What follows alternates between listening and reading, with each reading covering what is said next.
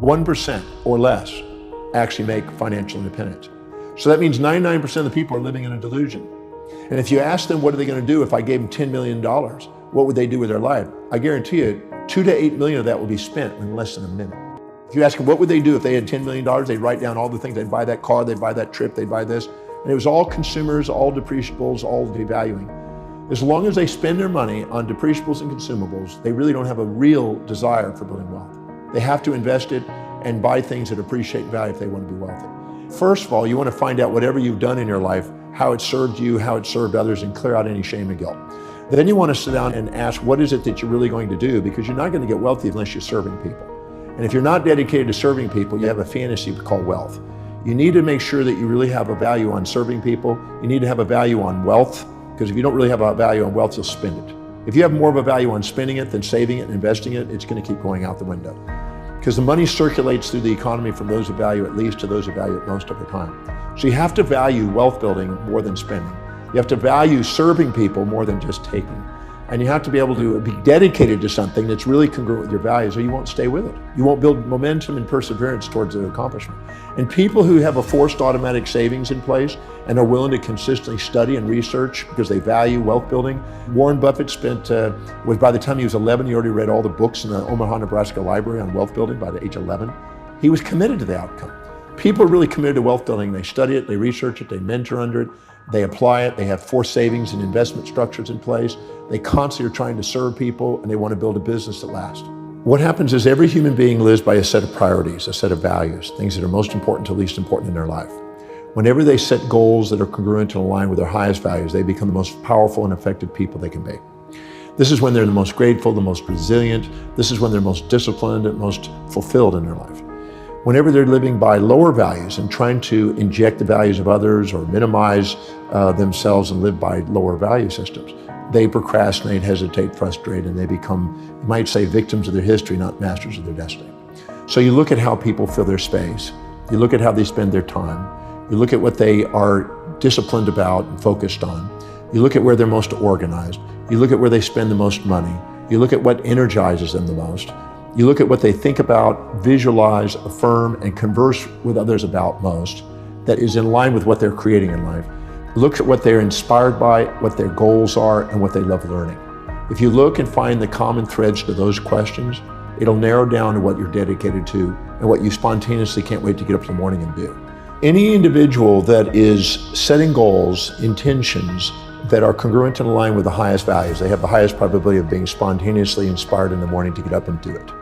So if you have an entrepreneur that's working in a business and they found what is most meaningful to them, they have found the tap dance to work energy that Warren Buffett describes.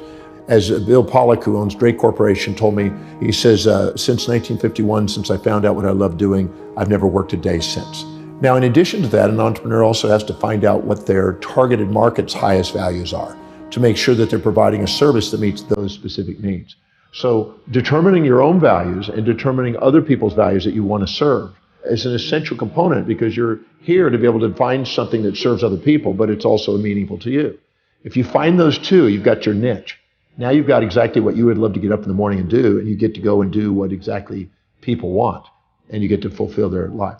Because everybody has a set of priorities, a set of values in their life, when you go down the list of values to lower values, you're less inspired, less fulfilled by doing them. You procrastinate in doing them. And what happens is you'll only do them if it's pleasurable, and if it's not, you'll give up.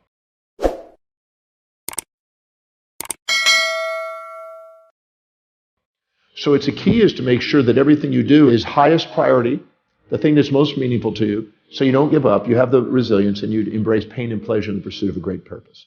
If you are not living by your highest values, because you're wanting to do it with pleasure only and you want to give up if it's pain, you'll need motivation all the time. The difference between inspiration, which is from within, is people who are inspired from within are living by their highest values.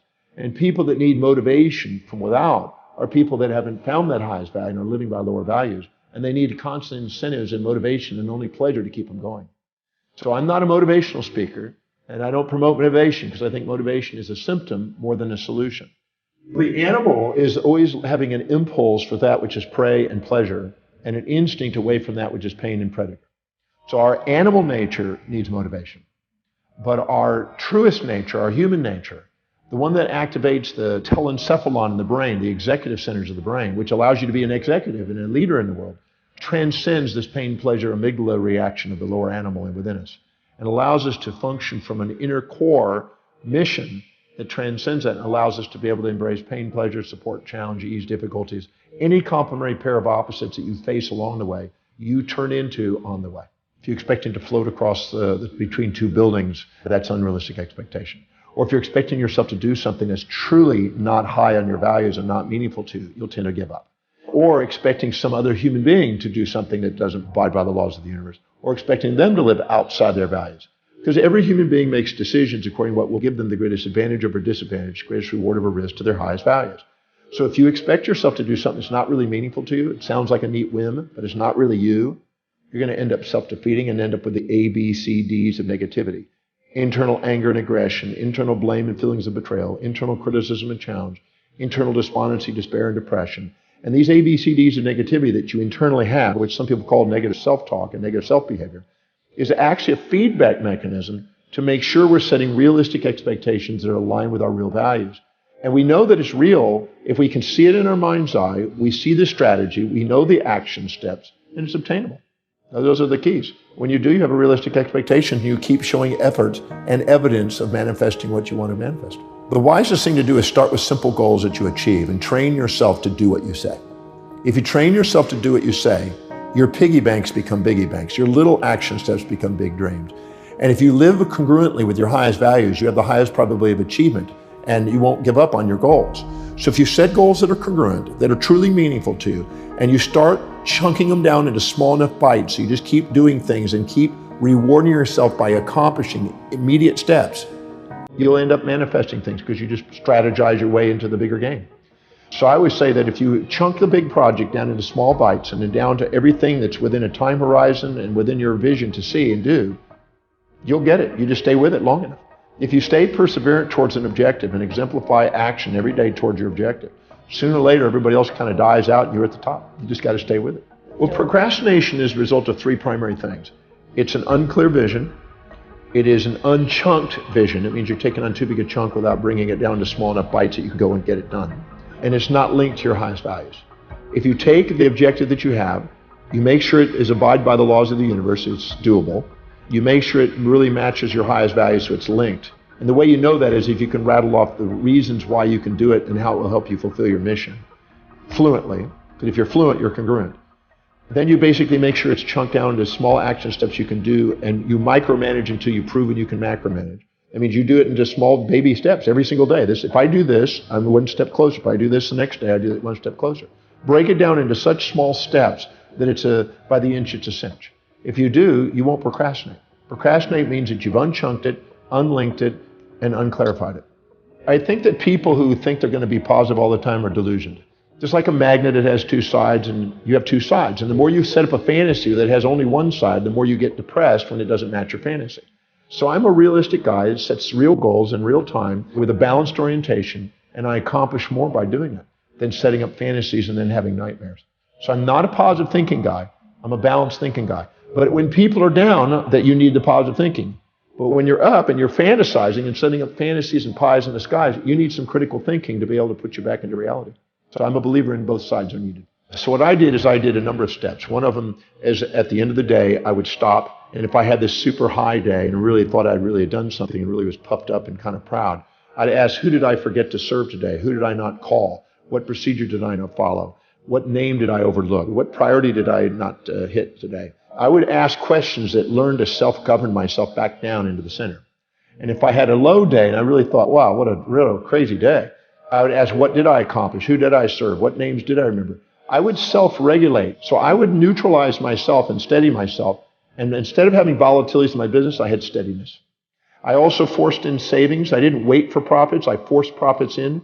I paid myself first. I built up a big cash reserve, so it decreases the volatility. It increases the client quality that I had. It increases the associations, opportunities, and alignments to greater opportunities in business.